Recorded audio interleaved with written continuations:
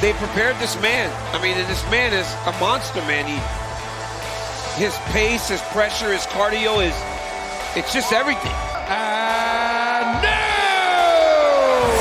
undisputed UFC bantamweight champion of the world, Merab the Machine Dvalishvili.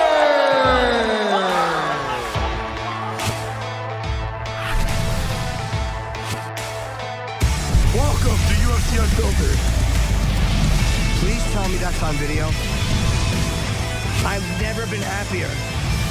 I'm made for a fucking podcast. We're dangerous.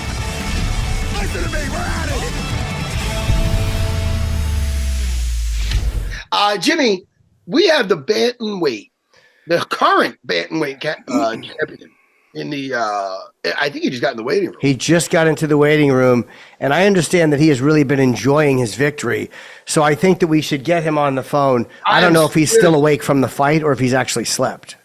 Let's get him in here. Merab, the great Merab Dvalishvili. Yeah. I fuck it up again. Dvalishvili, yeah. I said it right. Merab, your phone is crooked. Straighten the phone.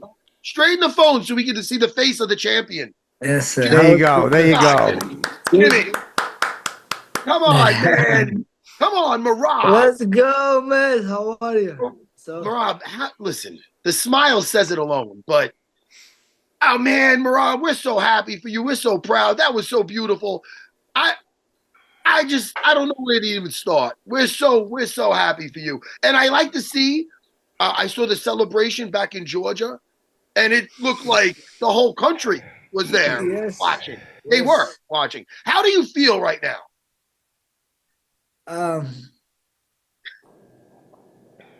Like now I'm very happy I see you, and now I see you as a champion, and let's go, man. Yes, like, you were always a champion in my eyes, but now it's just to see the whole journey, Merab. And Rob, it's funny, we could never have this conversation when you first came to us because you couldn't have this conversation. No. And you know what I really feel bad about? In the very beginning, when I didn't really know Merab and I didn't really know, there's my little Russian fighter, my little Russian. I remember. And he's so polite. He correct me a little bit sometimes. I'm a little stunad.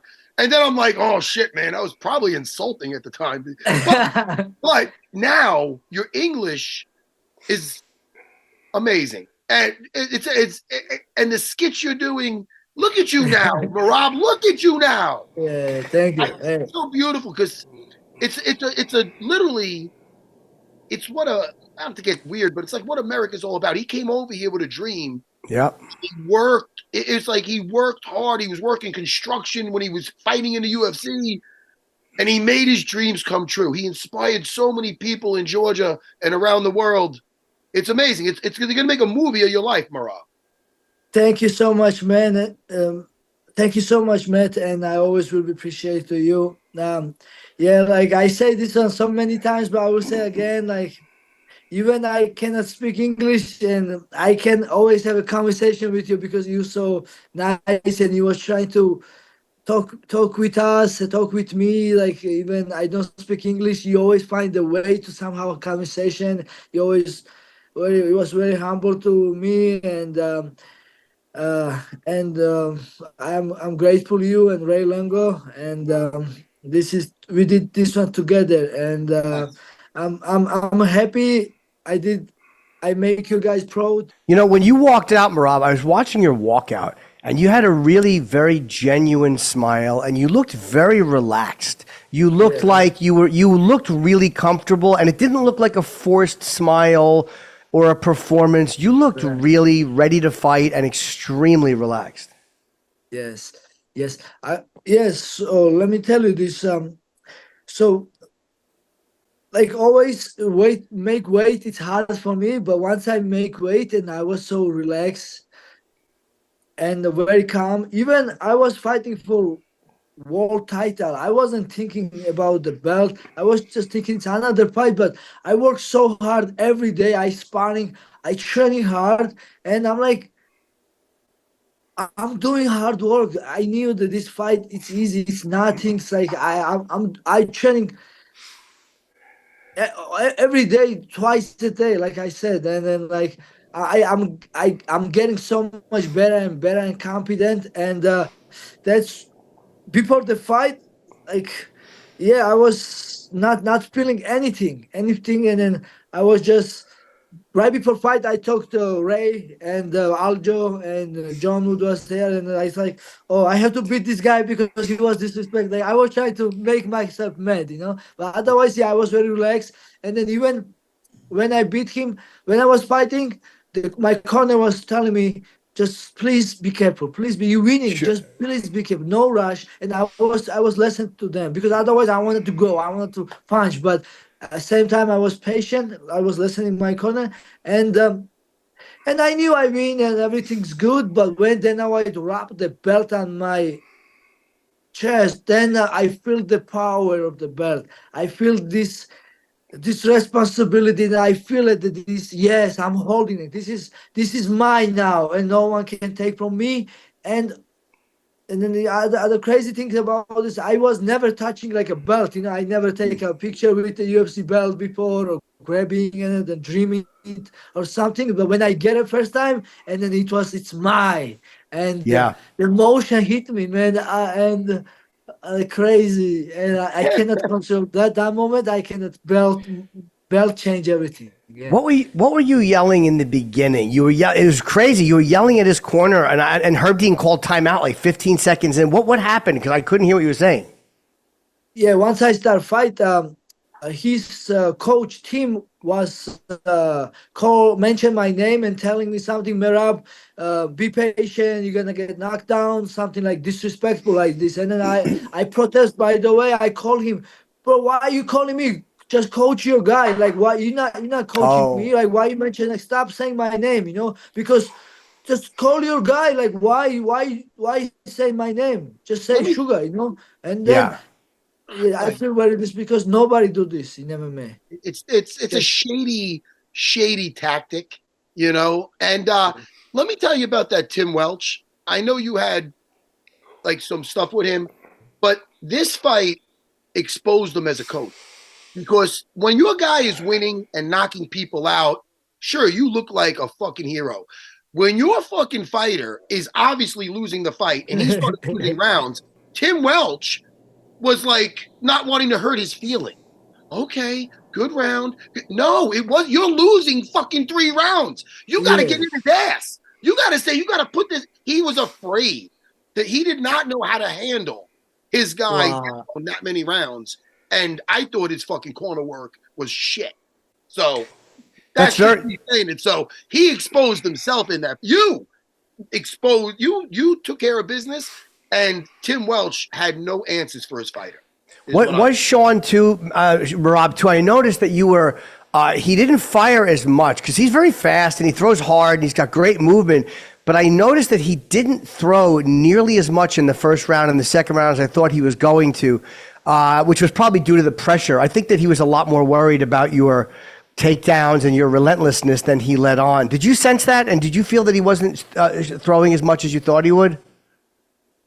No, actually, because that's me. You know, he don't throw because of me. My movement. When you look TV, it looks different, but when you stay in front of me, it's different story. Also, I make people look normal. You know, and that's what happened to him too. Like, you know, he's still good. He's still sharp. You know, he's a good fighter. But how I was moving, and my corner was telling me, just please, no risk. You know, and I was because he freeze because of me. You know. Did you in the 5th round? It was because I thought he threw some kicks and he did take his coach's advice and a kick up the middle and then a knee, and it seemed like the kick bothered you. Did it hit you in the liver? Where did that kick hit you? I think it hit me in the stomach and I maybe touched the liver. I don't know, something. I did feel it, but sometimes it makes you even more dangerous, and that's same thing. But same time, I was patient. You know, I make sure I recover if I have to go war after the big hit and after he got me, but I was fine. then I tried to recover to like ready. I was ready for big exchange, but and he wasn't able to touch me up there, and he hit me again, and I take him down up there, and yeah. The So thing that that was you, it. Merab, the thing that you got going for you, one of the things is that you genuinely enjoy the fight. A lot of guys, when they're in there, they can't wait for it to be over. It seems like you want 6 rounds, 7. You could, and you're enjoying the time you're in there.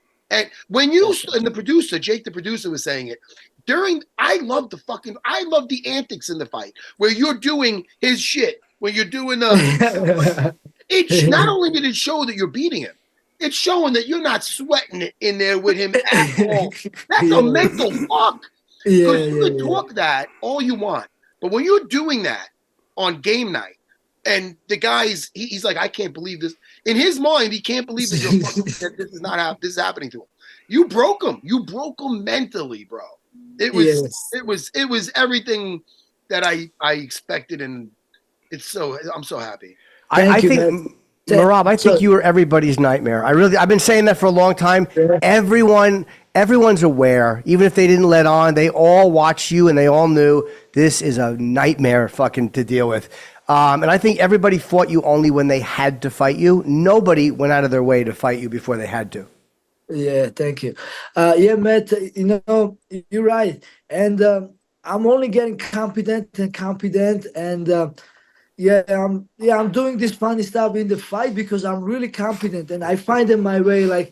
We mentioned before, when I came to United States, I was very green. I don't speak English. I wasn't like a high level fighter, but now I training, and just keep sparring, keep practice, keep doing this, and now especially like all I do is just training, just training, trying to get better. Before, I used to have a full-time job and so many things going on as an immigrant, but now I really put my time and invest in MMA, and I was also the companies all these years and everything, and I'm only getting better, and I mean, I'm only getting better. Can I add? Yeah. Yes, you're ever improving with your work ethic, but I'm so happy.